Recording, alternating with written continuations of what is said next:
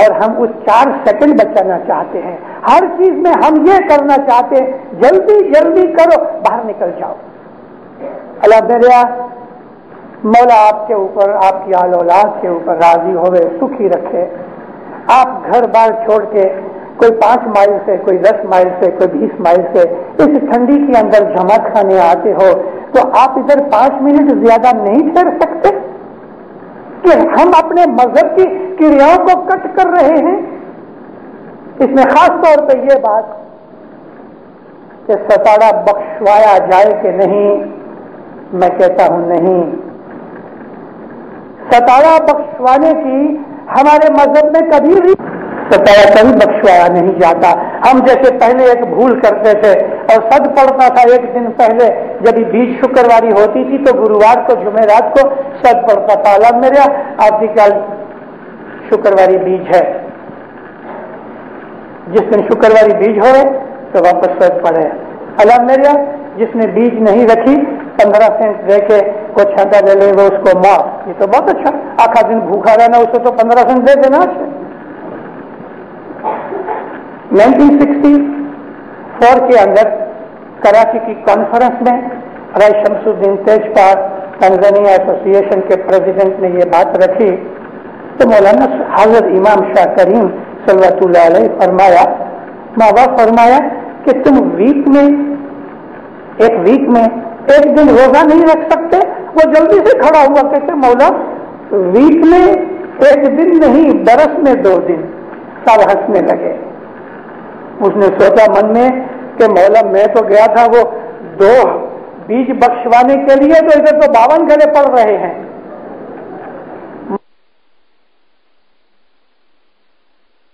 خالی 2 ہیں آخر برس میں, 6 مہینے میں ایک دفعہ بیج آتی ہے.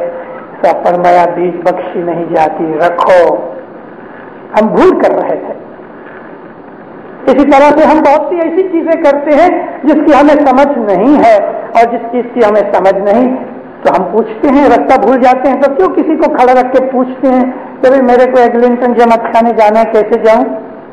مذہب کے اندر پوچھنا چاہیے. تو دینداروں کئی لوگ ہیں کہ جو ستاڑا ڈالتے ہیں. آج میں نوٹس کر رہا تھا کہ دیکھو میں ستاڑے بخشانے کی تصویر نکلتی کہ نہیں نکلتی. اچھا ہوا نہیں نکلی, میں بولنے والا تھا. کیوں کہ اگر آج تصویر نکلتی اور پھر بھی میں بولتا تو کسی کو ضرور ایسا لگتا.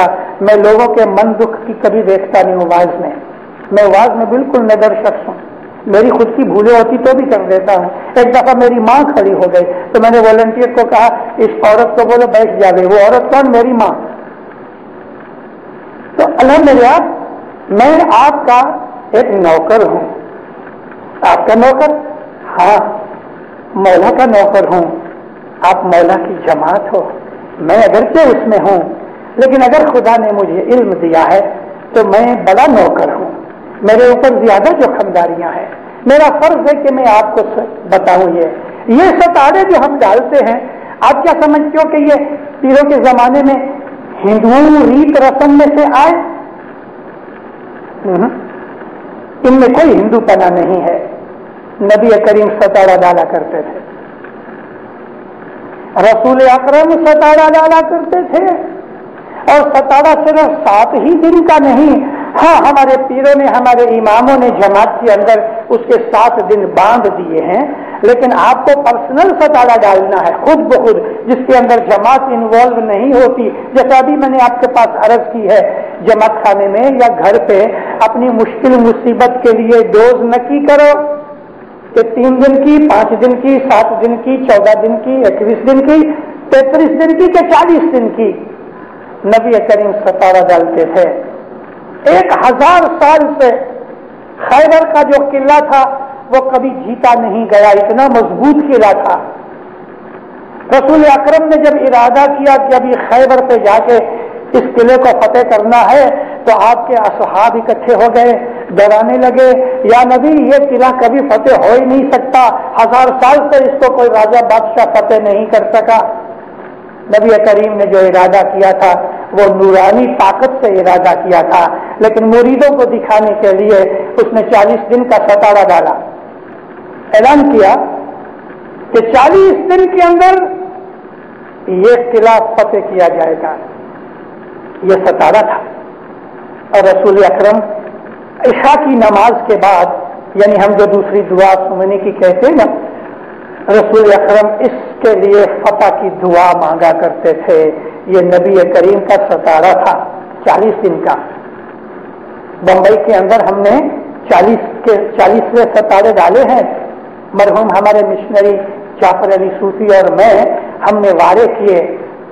بامبے کے درخانہ جماعت خانے کے اندر سستی آ گئی. صبح کے اندر عبادت میں لوگ سو جاتے تھے. مکھی کمریا نے ہم دونوں مشنریوں کو بلایا. میں نے کہا اچھا کوئی بات نہیں، 40واں ڈالیں. اور ہر روز واز ہوئے. ایک دن میں واز کرتا تھا، ایک دن صوفی مشنری واز کرتے تھے. 20 واضح اس نے کی، 20 واضح میں نے کی. دینداروں، آپ حیران ہو گئے کہ جماعت کے اندر ایک جوش آ گیا، اویکننگ آ گئی. اور یہ 3 بجے سے پہلے تو جماعت خانے کی بنگلی بھر جاتی تھی. تو ستارے صرف 7 ہی دن کے نہیں، لیکن سمیسان کے اندر ہم نے ستارے امام کے فرمان سے لمٹ کر دیے ہیں، 7 ہی دن ہو گئے. لیکن کبھی کبھی بیت الخیال کے لیے ہم 40 میں ڈال سکتے ہیں. ایک بات اور کر دوں، یہ ستارے جو ہم جماعت خانے میں ڈالتے ہیں وہ صبح ستارے نہیں ہو سکتے، بیت الخیال میں بھی ستارے نہیں ہو سکتے. صرف امام فرمایا ہے کہ جماعت کے لیے شکر گزاری کے لیے سمیسانج میں 2 ستارے کم از کم ضرور ڈالو. بھلے کوئی تکلیف ہوئے بھی کہ نہ ہوئے، مشکل آنے والی دفعہ ہو جائے، لیکن امام فرمایا خدا نہ کرے اگر کوئی آفت بلا تمہارے کنٹری کے اوپر یا جماعت کے اوپر آ جائے تو جماعت میں ایکسٹرا ستارے ڈالو. پروریے کے لیے امام نے پہلے 12 ستارے رکھے تھے. 7 ستارے عورتوں کے لیے، کیونکہ وہ زمانے میں آج سے 60 ایئرز پہلے عورتوں اور مردوں کی بنگلی بیت الخیال کی جدا ہوتی تھی. تو عورتوں کو فرمایا 7 ستارے ڈالو برس میں، مردوں کو فرمایا 5 ڈالو. اور امام سلطان محمد شاہ نے 30s کے اندر اس چیز کو نکال کے حکم کر دیا کہ تم 5 ستارے مکس ہو کے سب جماعت مل کے نکالو. اور حضرت امام کے پاس اسماعیلی ایسوسیشن نے عرض کر کے تو اس کے 4 بنا دیے. مجھے تعجب لگتا ہے کہ 1 ستارہ جانتی تھا، کیا دکھ ہوتا تھا کبھی 5 رہے. چلو آرگنائز کرنے کے لیے کہ ہر مارچ، جون، سپتمبر اور دسمبر کے اندر ستارے، تو کروڑیے کے 4 ستارے ہیں اور وہ حکم کے ستارے ہیں. کروڑیے آدمی کی کوئی بھی مشکل مصیبت کا انگت پرسنل ستارہ نہیں ہو سکتا. اگر جماعت کی مشکل کا بھی ستارہ صبح نہیں ہو سکتا، شام کو ہو سکتا ہے. تو دینداروں، میری عرض یہ تھی کہ یہ ستارے رسول اللہ کے زمانے سے چلے آتے ہیں.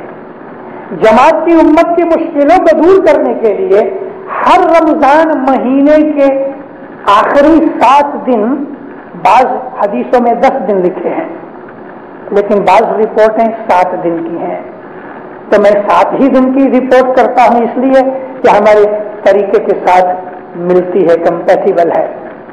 7 دن کے 10 دن رسول اللہ اعتکاف کرتے تھے. الف عین سے کاف الف سے، یہ عربی کے الفاظ ہیں اور یہ لفظ قرآن شریف کے اندر ہے. اعتکاف کا مطلب کہ کوئی بھی واو اور ٹیک لے کے اس کو پورا کرنا. نبی کریم اپنا گھر چھوڑ دیتے تھے، 24 آورز مسجد میں بیٹھے رہتے تھے 7 دن یا 10 دن تک کے لیے، اور ساری امت کے لیے دعائیں مانگتے تھے. صرف نیچرل کال کے لیے یا بات لینی ہوئے تو ہی نبی مسجد چھوڑ کے باہر جاتے تھے، نہیں تو 24 آورز ادھر ہی بیٹھے رہتے تھے. یہ اعتکاف، ستارہ، ٹیک، واو، کچھ بھی اس کا نام دو، یہ ہمارے مذہب کی چیزیں ہیں جو رسول اکرم کے زمانے سے چلی آتی ہیں. تو ستارہ بہت امپورٹنٹ چیز ہے، بڑی طاقت والی چیز ہے. ذرا سر دکھا، ذرا کوئی بچہ بیمار پڑا، یا ہم نے کچھ اسمگلنگ کی، یا ہم نے کچھ چوری کی، ہمارے اوپر کچھ کیس بن گیا، کسی گاڑی کے ساتھ ایکسیڈنٹ کر دیا اور ہمارے اوپر کیس بن گیا، بھاگو مکھی کے پاس مجھے ستارہ ڈالنا ہے تو تم نے کہا کو ایکسیڈنٹ کیا، اور اگر ہو گیا ہے تو فیس اٹ، ساری جماعت کو کیوں کھڑا کرتے ہو اس کے اندر؟ کوئی شخص بیمار پڑ گیا ہے، میں آپ کو ڈفرنس بتانا چاہتا ہوں. 25-30 برس کا جوان ہے، جوان بیوی ہے، چھوٹے چھوٹے بچے ہیں،